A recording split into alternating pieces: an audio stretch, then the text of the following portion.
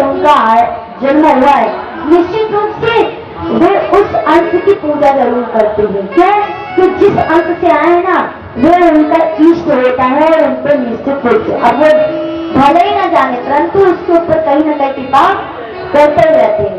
तो यहाँ अंश स्वरूप की बात है, तो उन वही अंश स्वरूप से गृहपति जी है, महादेव का अंश है।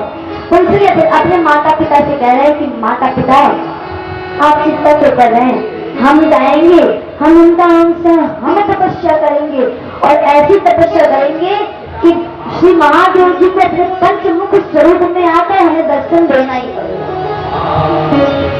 एक तो निश्चय होता है, एक निश्चय होता है और एक दृढ़ निश्चय होता है।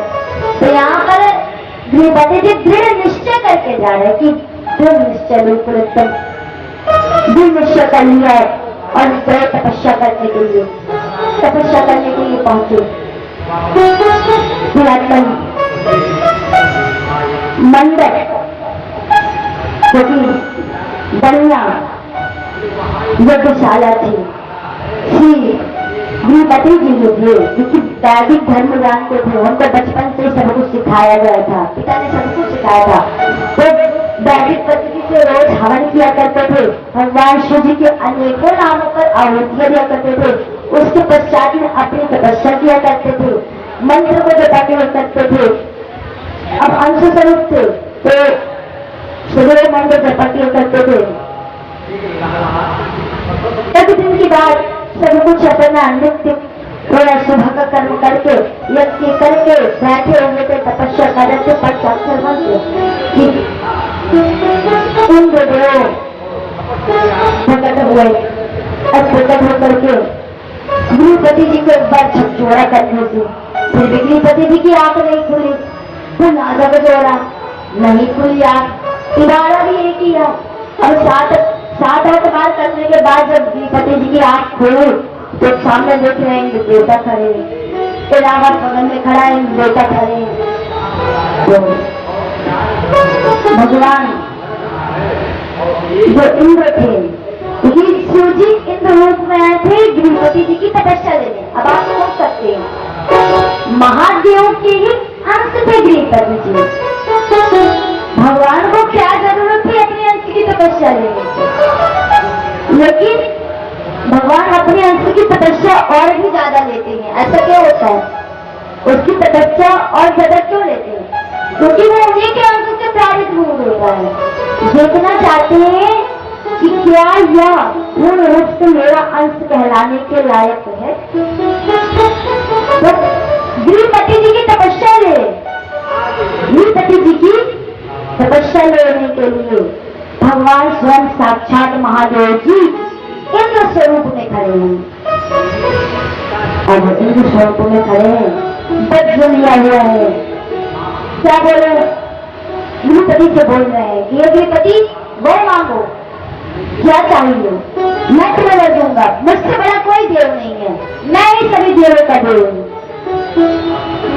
अब गृहपति जी क्योंकि शिव जी की तपस्या कर रहे थे और आ गए गलत से गलती से इंद्र जी, तो क्या बोले कि हे इंद्रदेव, हम आपकी तपस्या नहीं कर रहे थे, हम शिव जी की तपस्या कर रहे थे, तो हमें वर लेने की इच्छा केवल शिव जी से ही है, आपसे हमें वर नहीं चाहिए। अगर यदि अधिक आदमी होता तो क्या करता, हाँ हाँ भगवान दे दो, आप भी वर दो, शिव जी से भी आने के बाद ले लेंगे, मतलब डबल वर ले लेंगे। परंतु गृहपति जी है, अपने वचन के पक्के है, बड़े ईमानदार है। गृहपति जी क्या बोल रहे कि हे इंद्रदेव, हम आपकी तपस्या नहीं कर रहे हैं, हम तो तपस्या कर रहे हैं श्री महादेव जी की। ऐसे श्री महादेव जी की जो महामृत्युंजय स्वरूप में है, जो सदैव माँ गौरी के साथ में विराजमान है, जिनके सिर पर श्री गंगा जी विराजमान है और द्वितीय का चंद्र विराजमान है, ऐसे महादेव जी की हम तपस्या कर रहे हैं। तो हमें वर लेने का अधिकार भी केवल उन्हीं से, अन्यथा हम किसी से भी वर नहीं लेंगे। फिर से क्योंकि भगवान महादेव इंद्र स्वरूप में थे, तो फिर से परीक्षा ली, पुनः परीक्षा ली। क्या बोले, इंद्र जो महादेव जी थी, क्योंकि वही इंद्र स्वरूप में थे, क्या बोले वर नहीं लोगे, वर तो तुम्हें लेना ही पड़ेगा। अब जबरदस्ती वर दिया जा रहा है। गृहपति जी मना कर रहे हैं कि हमें वर नहीं चाहिए आपसे, क्योंकि वो तो जान नहीं रहे कि ये महादेव जी हैं, वो तो ये जान रहे कि ये इंद्रदेव है, तो मना कर रहे हैं नहीं नहीं हमें आपसे वर नहीं चाहिए। और भगवान शिव जी जो महादेव जो इंद्र के स्वरूप में है, वो कह रहे नहीं नहीं वर तो तुम्हें लेना ही पड़ेगा, चाहे जो हो जाए तुम्हें वर लेना पड़ेगा और मुझसे ही वर लेना पड़ेगा और किसी से नहीं। और बार बार गृहपति जी मना कर रहे नहीं नहीं महाराज हमें आपसे वर नहीं चाहिए। अंत में गृहपति जी क्रोधित हो गए, हमने बोला ना आपसे वर नहीं चाहिए तो नहीं चाहिए, बार पर मन दीजिए जाइए यहाँ से। तो मुस्कुराते हुए श्री महादेव जी सामने प्रकट हो गए, कहे पुत्र तुम परीक्षा में पास हो गए। बोले महादेव जी की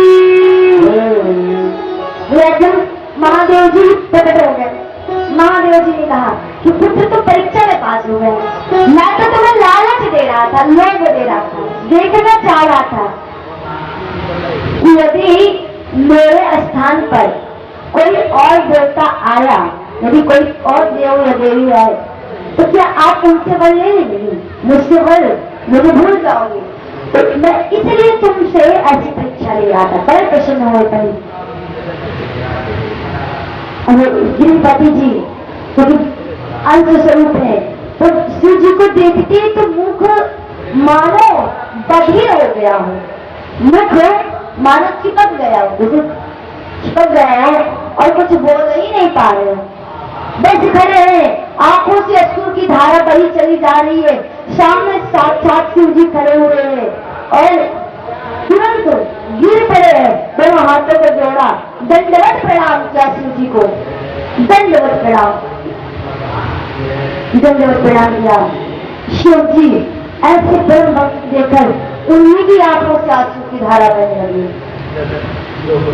अब अंश है तो अपने अंश के प्रति झुकाव भी है शिव जी का। तुरंत गृहपति जी को ऊपर उठाया और उठा करके अपने सीने से लगा लिया, जैसे कार्तिकेय जी और गणेश जी को सीने से लगा करते थे। और गृहपति जी से बोले कि हे गृहपति तुम तो मेरा ही अंश हो, मेरे ही अंश से तुम्हारा प्रादुर्भाव हुआ है। इतना कहकर श्री शिव जी ने अपने हस्त कमल को श्री गृहपति जी के मस्तक पर 3 बार फेरा, 3 बार फेरा, 3 बार फेरते ही मानो जो ज्ञान था वो और भी ज्ञान स्वरूप में अधिक हो गया हो। फिर आत्मन जो माता सरस्वती जी हैं वे श्री महादेव जी की बहन है, माता सरस्वती श्री महादेव जी की बहन है। हालांकि उनको हम सब क्षिप्रा के नाम से भी जानते हैं, परंतु वही सरस्वती महासरस्वती है, महासरस्वती श्री महादेव जी की बहन है। तो साक्षात सरस्वती महादेव जी की बहन है। हाथ 3 बार फेरा, 3 बार हाथ फेरते ही मानो सरस्वती जी की कृपा बन गई है, कृपा बन गई है, ऐसी अनुपम कृपा। गृहपति जी तो ज्ञानी थे ही, बचपन से ज्ञान तो था ही वेदों का, परंतु वो और महाज्ञानी हो गए। अब तक ज्ञान की कोई पराकाष्ठा ही नहीं है। गृहपति जी जब और ज्ञान में होंगे तो ज्ञानी होकर भगवान शिव जी की स्तुति की और स्तुति करने के पश्चात गृहपति जी बैठे थे और महादेव जी ने कहा कि हे पुत्र अब कोई वर मांग लो, कोई वर मांग लो। गृहपति जी ने कहा कि हे पिता, क्योंकि अंश से प्रादुर्भूत हुए तो क्या बोल रहे कि हे पिता मुझे, क्योंकि मैंने अपने माता पिता को वचन देकर के आया है। नारद जी आए थे और नारद जी ने कहा था कि मेरी मृत्यु अल्पकाल में विद्युत से हो जाएगी, किसी के डर से मेरे माता पिता सदैव बड़े ही भय के साथ जीवित रहते हैं, उनको बस डर लगी रहती है कि कब मेरे बेटे के साथ क्या हो जाए। बस आप उन्हें आश्वासन दे दीजिए कि मुझे कुछ नहीं होगा। यदि आप आश्वासन दे देंगे तो निश्चित रूप से वे सभी कष्टों का निवारण हो जाएगा। भगवान शिव जी प्रसन्न हो गए। भगवान शिव जी ने कहा कि ऐसा ही होगा, जैसा तुम कह रहे हो बिल्कुल ऐसा ही होगा। तुम्हारे माता पिता इसको मैं जाकर कह दूंगा कि आपके जो पुत्र है मेरे ही स्वरूप है, उनको कुछ नहीं होगा। और अब से तुम्हारा जो वास है वो सभी अग्निकोण में होगा। अब से तुम्हारा वास अग्निकोण में होगा। तुम अपने अग्निपति स्वरूप में रहोगे और विद्युत तुम्हें छू तक नहीं सकेगा। यहाँ तक कि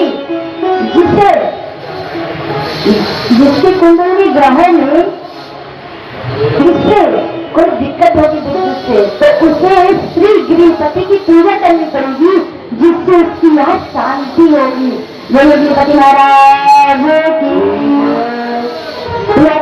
तभी से गए गृहपति, क्योंकि जो ज्योतिषी बने हैं वो सब जानते हैं अग्निकोण होता है। तभी से उसी समय से श्री गृहपति जी ज्योतिष स्वरूप से ज्योतिष विद्या के दौरान अग्निकोण रूप में हर जगह विराजमान रहने लगे और वहां पर श्री अग्निकोण स्थान पर श्री गृहपति जी का निवास स्थान हो गया। अब अग्नि तत्व परम पवित्र अग्नि स्वरूप में वो निवास करने लगे।